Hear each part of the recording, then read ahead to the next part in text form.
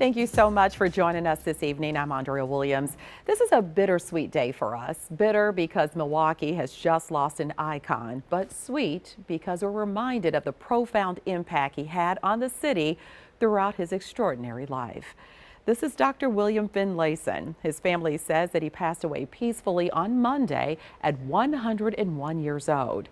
Dr. Finlayson is a local legend whose impact has been felt by thousands of families across generations. He was one of the first Black OBGYNs to practice medicine in Milwaukee hospitals. And over the course of a 40-year career, he delivered nearly 10,000 babies. But his impact doesn't stop there. I was privileged enough to know Dr. Finlayson not only as a journalist, but as a friend. I first got to know him in 2022 when I sat down with him for an interview at his home and was honored to join him to celebrate his 99th and 100th birthdays. Tonight, we're going to celebrate his life, starting with a look back on some of his many accomplishments. My key to living has been growth and family. Dr. Finlayson arrived in Milwaukee in 1958 during a time when segregation and discrimination still shaped much of American life. But he broke barriers in medicine while helping shape the future of this city. Those close to him say he was not just a respected physician, but a trusted friend, mentor, and role model. Dr. Finlayson actually delivered our son 28 years ago. His wife Edith was also deeply active in the community, especially through her work with UWM. Together, they became part of Milwaukee's civic and cultural fabric. Education was key to Dr. Finlayson's success. He attended Florida A&M, Morehouse College alongside his Alpha Phi Alpha fraternity brother, Dr. Martin Luther King Jr., as well as Meharry Medical College and the University of Minnesota. But his legacy is not only found in degrees, titles, or accomplishments. It lives in the families he cared for, the young people he inspired, the doors he helped open, and the history he made right here in Milwaukee. And speaking of Dr. King, one of his visits to Milwaukee happened after Dr. Finlayson's invitation. That happened in 1964 during the height of the Civil Rights Movement. A crowd of more than 6,000 people packed the Milwaukee Auditorium, what is now the Miller High Life Theater, to hear him speak. He's been a pillar of this community for many years. He was instrumental in bringing Dr. King here. And I jokingly was saying to him, well, Doc, with all the things you've done in our community here in Milwaukee, maybe we should erect a statue or maybe have a street named after you. That was Andre Ash, one of Dr. Finlayson's fraternity brothers. That joking suggestion quickly turned into reality.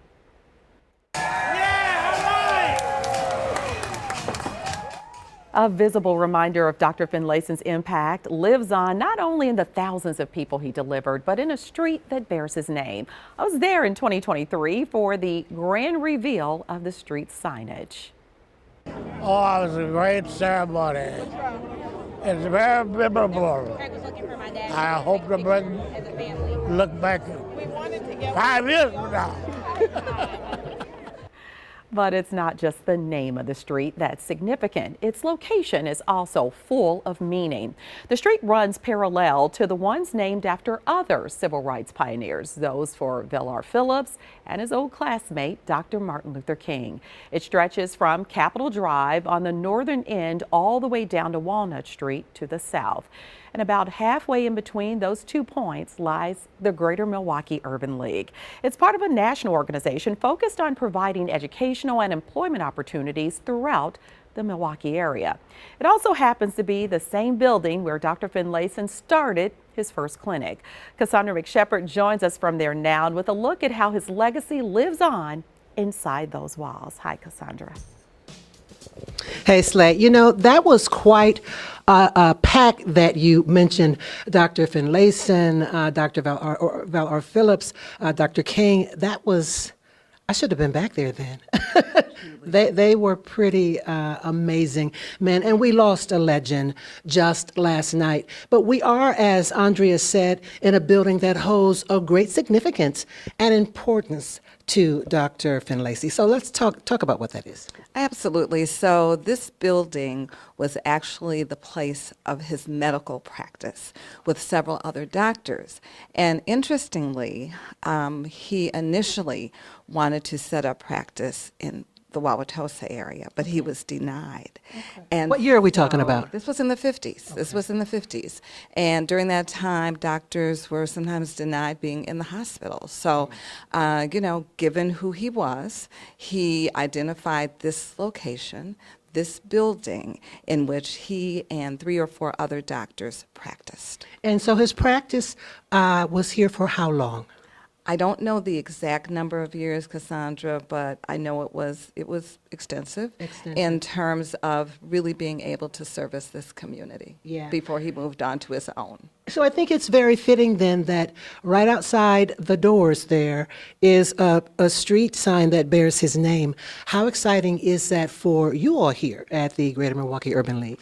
Well, we had the celebration of the street naming maybe 1 to 2 years ago, and it was exciting because it's so historic, and it so represents what the Urban League is about, which he was a champion of as well. And so that was the day in which we announced that we would launch or relaunch his W.E.B. Du Bois Club, which was something he started in terms of focusing on leadership for young men especially, and a focus on financial literacy, emphasizing stocks and investments. So leadership for young men, stocks, investment, I would imagine education, inclusion, all of those sorts of things were things that were really he was really passionate about. Absolutely. So he was also someone who had experienced being denied credit.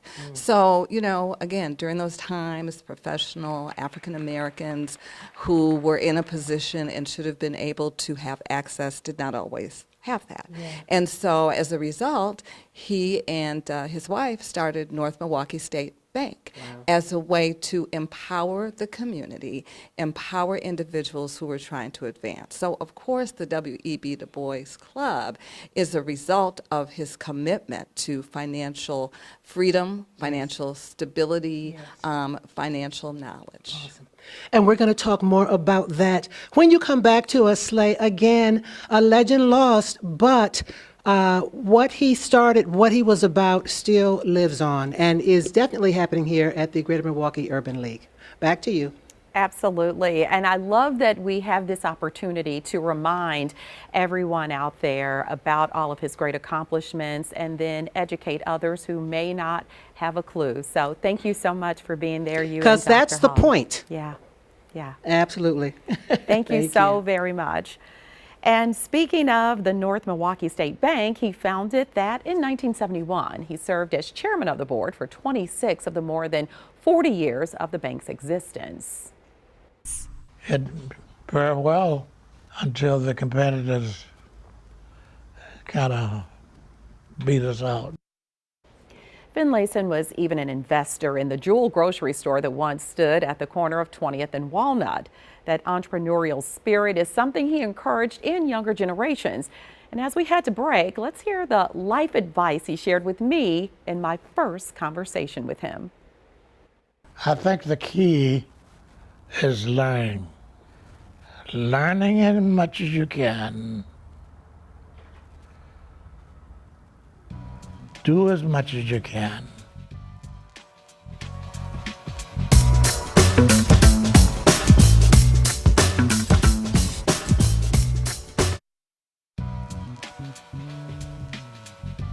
My key to living has been growth and family, both of which coincide together, and I couldn't forget them.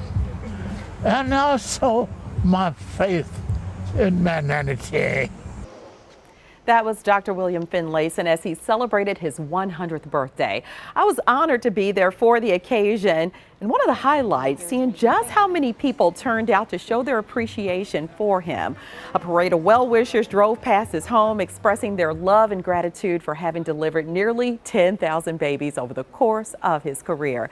That included one of the first babies he ever delivered. Not only did he deliver me, but he delivered my first 3 children. So I go back a long ways. I still love him to death. He's best doctor ever. We will continue our celebration of Dr. Finlayson's life in just a moment, but first, a wind advisory is currently in effect throughout southeastern Wisconsin as we take a live look over Milwaukee. So with that said, we're bringing in Storm Team 4 meteorologist Lauren Larson. Lauren, just how strong can we expect the winds to be tonight? Yeah, the good news is I think we've seen the strongest wind gusts already, but this has caused some damage across the city. Here's a photo from our Megan Lee taken in Milwaukee showing this large tree that cracked at the base, and you're seeing some broken branches as well. As we've seen those wind gusts up to 45 miles per hour. If you have any photos you want to share with us, you can scan that QR code right here or upload those at tmj4.com/share. Look at that wind advisory again. This is impacting all of our counties across southeast Wisconsin for gusts as high as 45 miles an hour. And that's pretty close to what we're seeing right now. 39 is your current wind gust in Milwaukee, 40 in Kenosha, and 32 as you look towards Fond du Lac and in Sheboygan. So where does your trash can stand here this evening? I would say it's tipped over or maybe next door as we're seeing those wind gusts again, about 45 miles per hour. The good news is it's not going to be quite as breezy tomorrow. Yes, it is still going to be windy, and then we see a break from the wind on Thursday, but we're back to those gusty winds for Friday and Saturday. The good news is, and you can't tell here on this graphic, tomorrow the winds are in northerly direction. That means it's going to be pretty chilly, but with Friday and Saturday's strong winds, they will come from the south, bringing in some warmer air. Our temperatures are likely to be in the 70s and maybe even 80 degrees this weekend. All right, thank you so much. And we have word that We Energies is showing about 5,000 people are without power right now. So the winds are not playing games. Yeah, again, that alert or advisory ends at 8 p.m. We'll start to see the winds calm down here tonight, but it is still going to be a little bit breezy as you head even out the door tomorrow. All right, we appreciate the information, Lauren. And of course, we mentioned earlier in the show that Dr. William Finlayson was fraternity brothers and classmates with Dr. Martin Luther King Jr., but he was brushing shoulders with greatness well before his college days. He was family friends with Dr. Mary McLeod Bethune, who went on to found what's now Bethune-Cookman College in Daytona Beach, Florida. She was the first black in the cabinet of Roosevelt. In his elementary school days, Finlayson was lectured by one of the greatest inventors and scientists in American history, George Washington Carver. Yes, that's what I said. And Finlayson, in turn, went on to serve as a mentor to others. That included during a 2-year period serving in the U.S. Army. When I first went in the service, I taught illiterates how to read and write up to the 6th grade level. That same drive to teach and lift up others can be found in the people serving their community at the Greater Milwaukee Urban League. Cassandra is there now, and we'll check back in with her right after this break.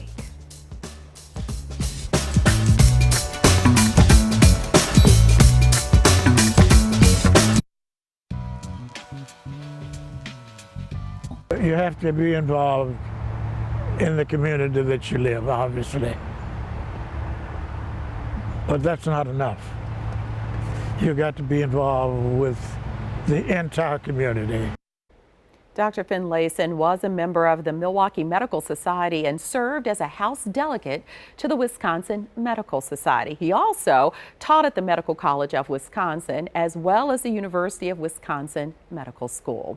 Now let's check back in now with Cassandra McShepard. She's at the Greater Milwaukee Urban League, which sits on Dr. William Finlayson Street and was the home of his first clinic in Milwaukee. Cassandra, so much history. And amazing to think about the history that's happened right on this ground. And one of those historic facts was the program that Dr. Finlayson started right here, right? Correct. So the W.E.B. Du Bois Club wasn't actually started here in this building, but it was started during the time he had started the bank. Yes. And so again, what was important was the leadership part, because W.E.B. Du Bois was a huge leader nationally, Yes. and then just the information on stocks and investments so that students at an early age would know how to be prepared to be economically stable. And you recently relaunched that program. We did. So we've had some initial meetings with students and some parents right here at the Greater Milwaukee Urban League. And our next step is to actually have it in the schools where the students are. But those were initial information sessions with students and parents who were interested. So we're very excited about that, Yes. to really get that moving. And I have to do a shout out to Cecilia Gore, Brewers Foundation. We love because her. Yes, so do I. Yes, So I've known yes. forever. But she was responsible for giving us a small grant to get the W.E.B. Du Bois Club launched. Wonderful. Because she also was. But now, before we run out of time, that's just one of the many things that you all are about. Talk about some of the programs, because I'm learning a lot just standing here talking with you, and I want our viewers to know also why they should be checking you out. So we provide education in working with the schools, employment for those who are looking for jobs, health access, so we're connected a lot of times to vaccination opportunities and just information on healthy living. Right. Housing, we've helped to promote home ownership and Right. actually put individuals in the home. We Wow. provide support to entrepreneurs. We have sessions Did I hear job regularly training and also? job, yes. And so we even work with those driver's students. license? Driver's permit for youth and for adults. We do goodness. that here. My goodness. And we do things out in the community as well. So again, as you said, the Greater Milwaukee Urban League is synonymous. It is. So we've been around since 1919 locally, 1910 nationally, Right. and we're about economic vibrancy and access. Which is to- what Dr. Finlayson Absolutely. is. That is what Dr. Finlayson stood for. Awesome. All right, Slay, I'm going to toss this back to you, but we want to thank Dr. Eve Hall. I know that she's a good friend of yours, and thank you for letting us come and learn from you today. My Thank you. honor. Thank you. Yes, I love it all. The information, the resources, that's what it's all about. Thank you, Cassandra, for helping spread the information of all the good work of the Urban League and the late, great Dr. William Finlayson. We'll be right back.